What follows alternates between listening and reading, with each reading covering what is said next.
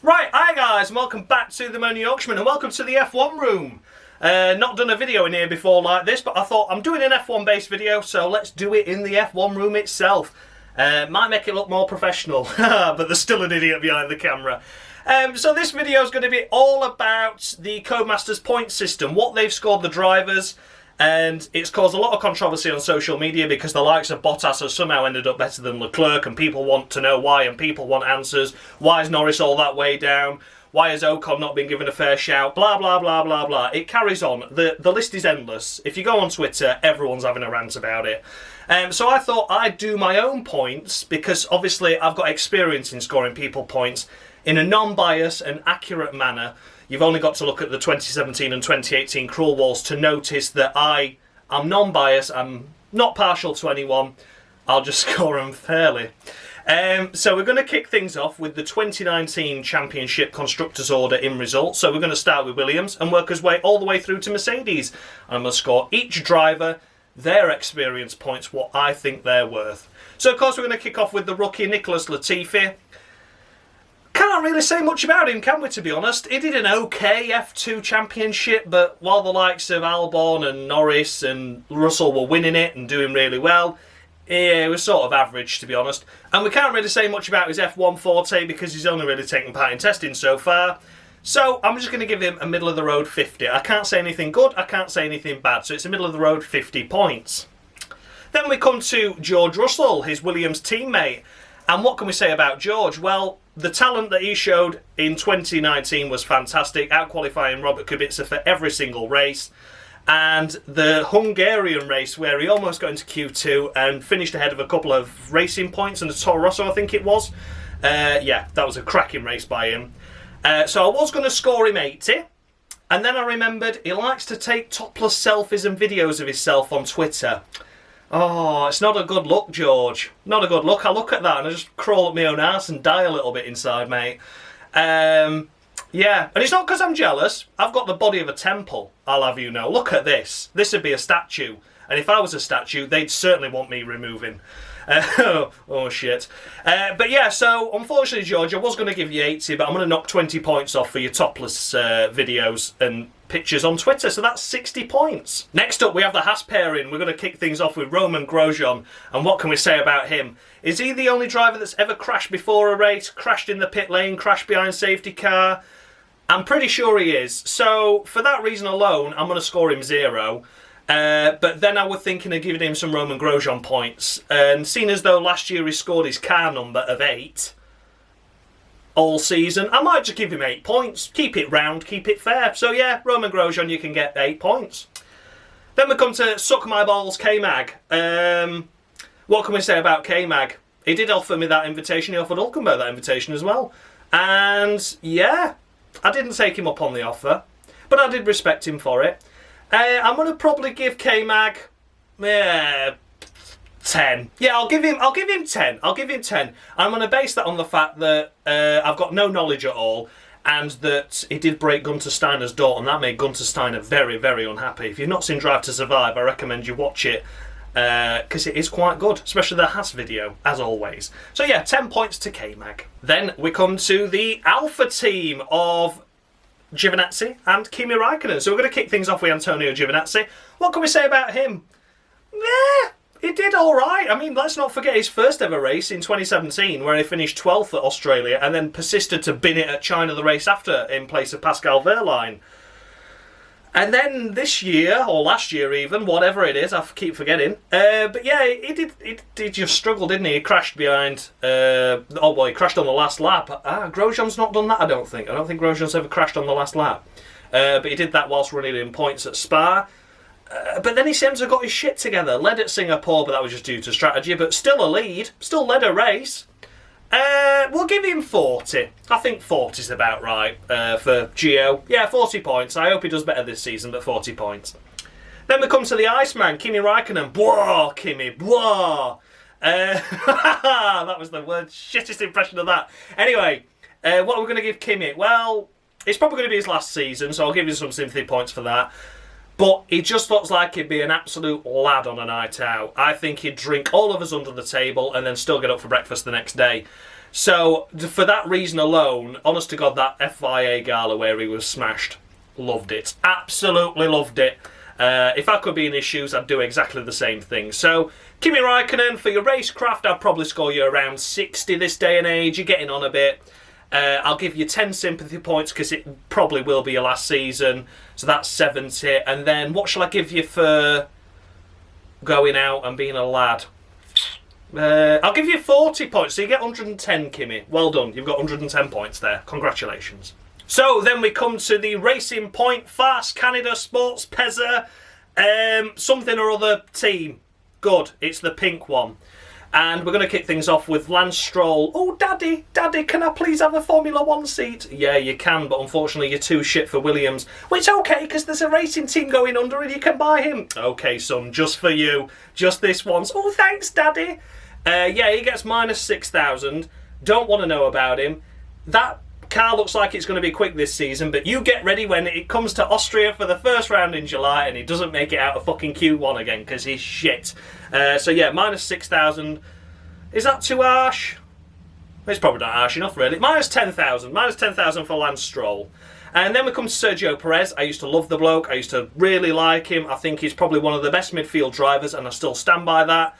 But when you take your teammate out in Singapore and then get frustrated, stuck behind Sergei Sorokin in a Williams, and then try and ram him out the way, what the fuck are you doing? You're a professional racing driver, for God's sake. So then I just instantly fell out with him. So, Perez, yeah, I do think you're a strong midfield driver, but doing shit like that annoys me. So that's 0. You're getting 0. Then we come to the Toro Rosso pairing / Alpha Tauri now, or whatever they're going to be called. What can we say about these two? They're never going to get back into the Red Bull seats. Helmut Marko doesn't like them, but he sacked all his young drivers off. He put all his eggs in one basket with Dan Tinctum, who didn't do jack shit. So, yeah, they're stuck with them. So, what can we do? What can we really say? I've got to judge him fairly. Gasly did a fantastic job last year after he got dropped and back into the Toro Rosso seat.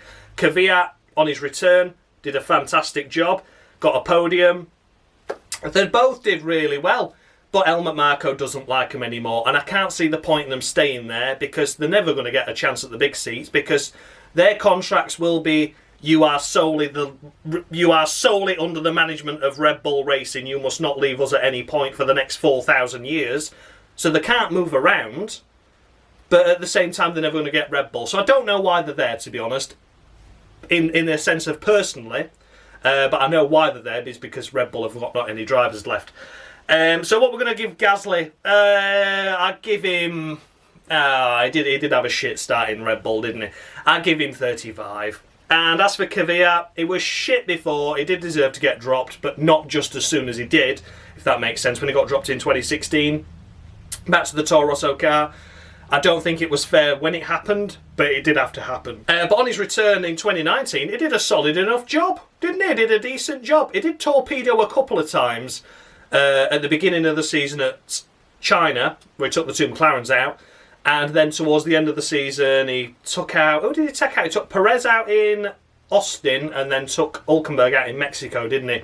On the dying laps. So, yeah, what can we give you?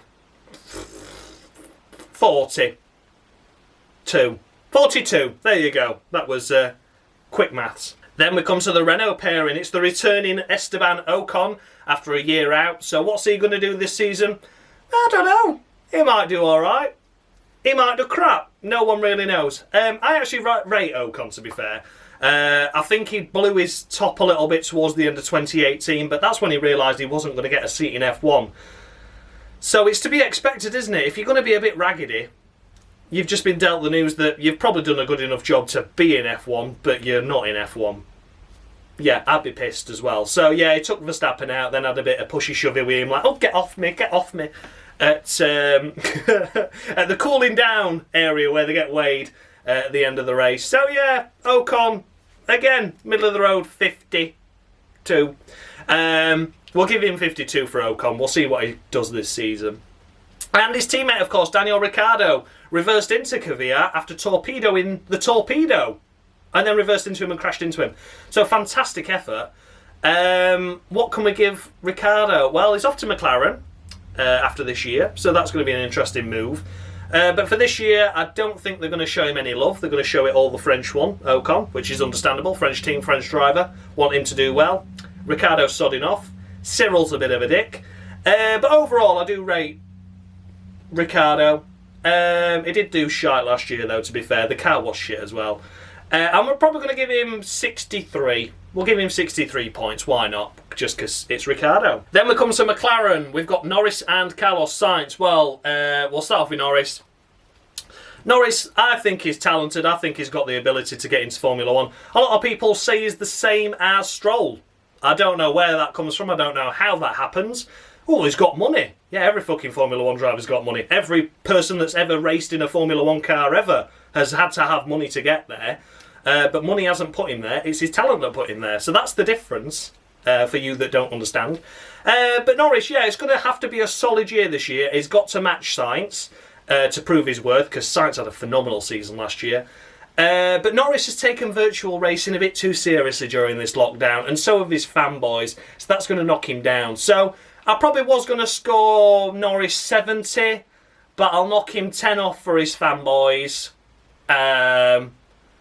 No, we'll knock 12 off. 58. He can have 58, Norris. He's a bit better than average. Yeah, and his fanboys and girls can... You've cost him points, is all I can say. You've cost him points. Then we come to Carlos Sainz. I've not got a bad word to say about him.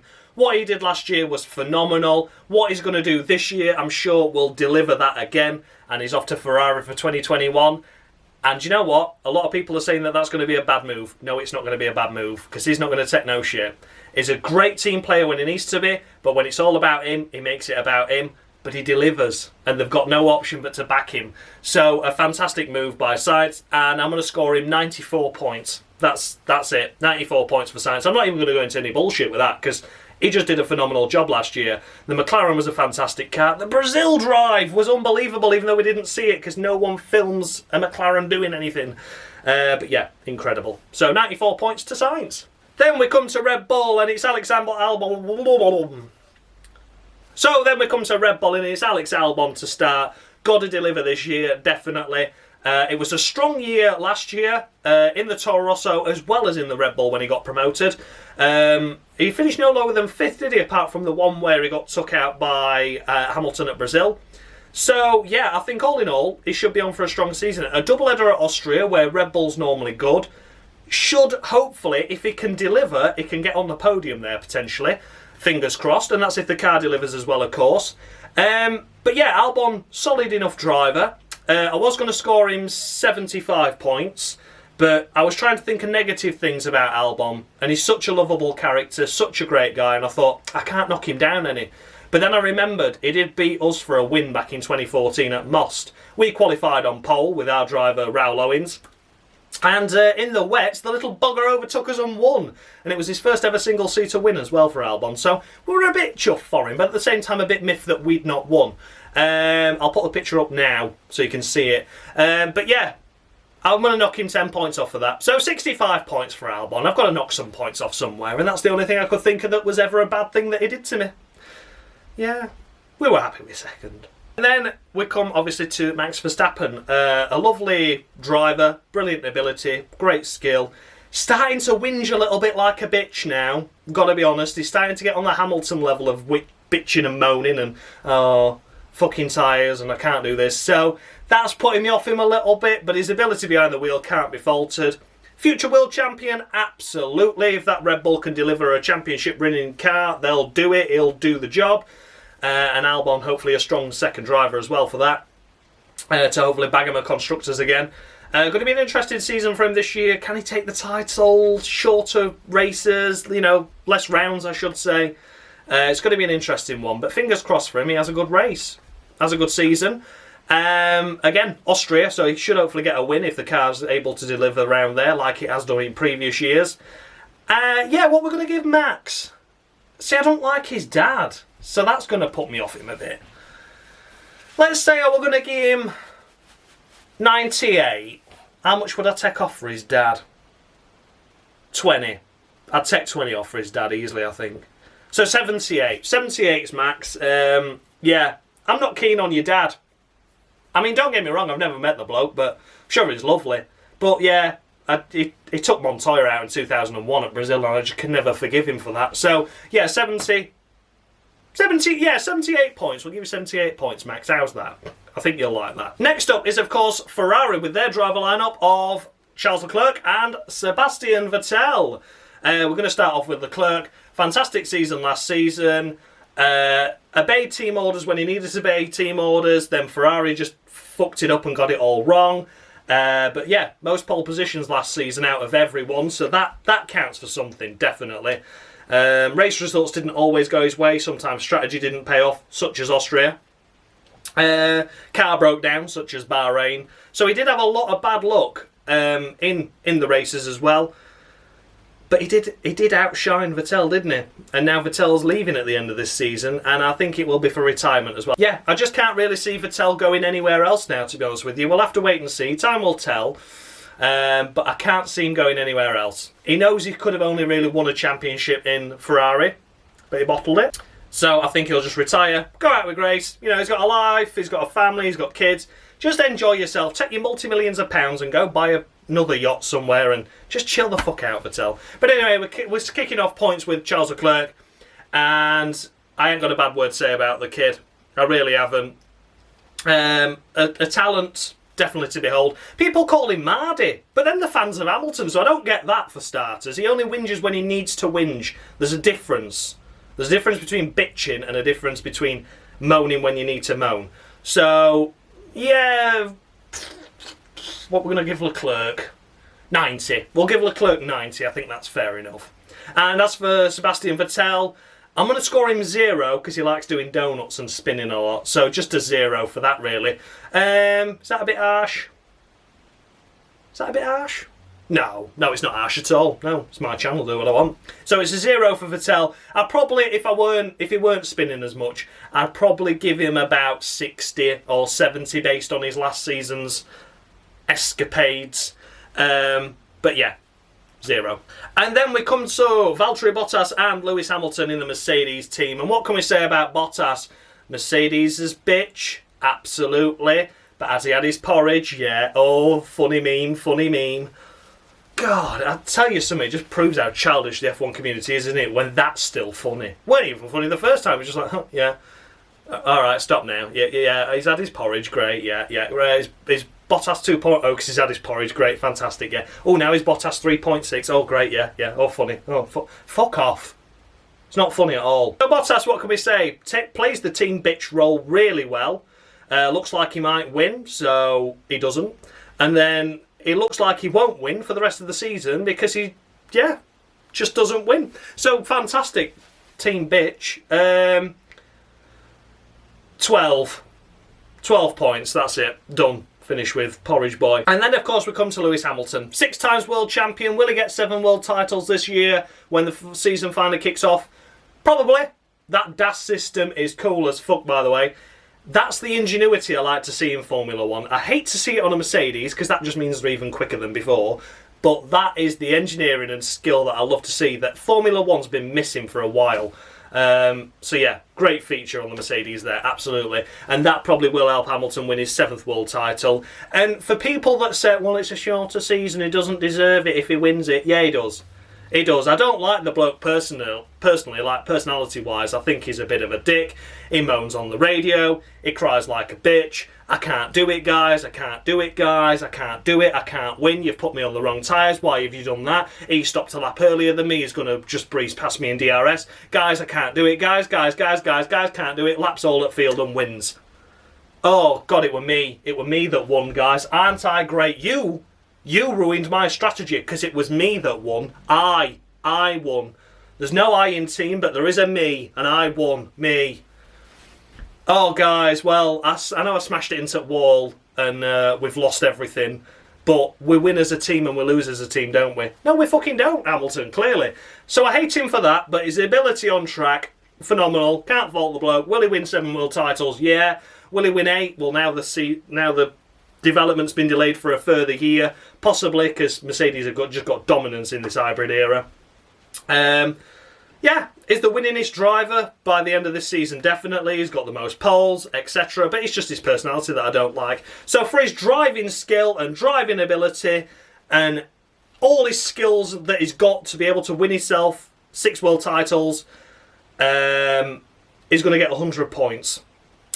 Then for his attitude, his personality, his moaning, his bitching, his crying, his I can't do it, I'm going to give him minus 110 points. So it's minus 10 for Lewis Hamilton, and that's the end of that. So there we go, we've rounded it all up. I'm not even going to bother putting them in order. I'll let you work out where they all finished and put them in the comments below.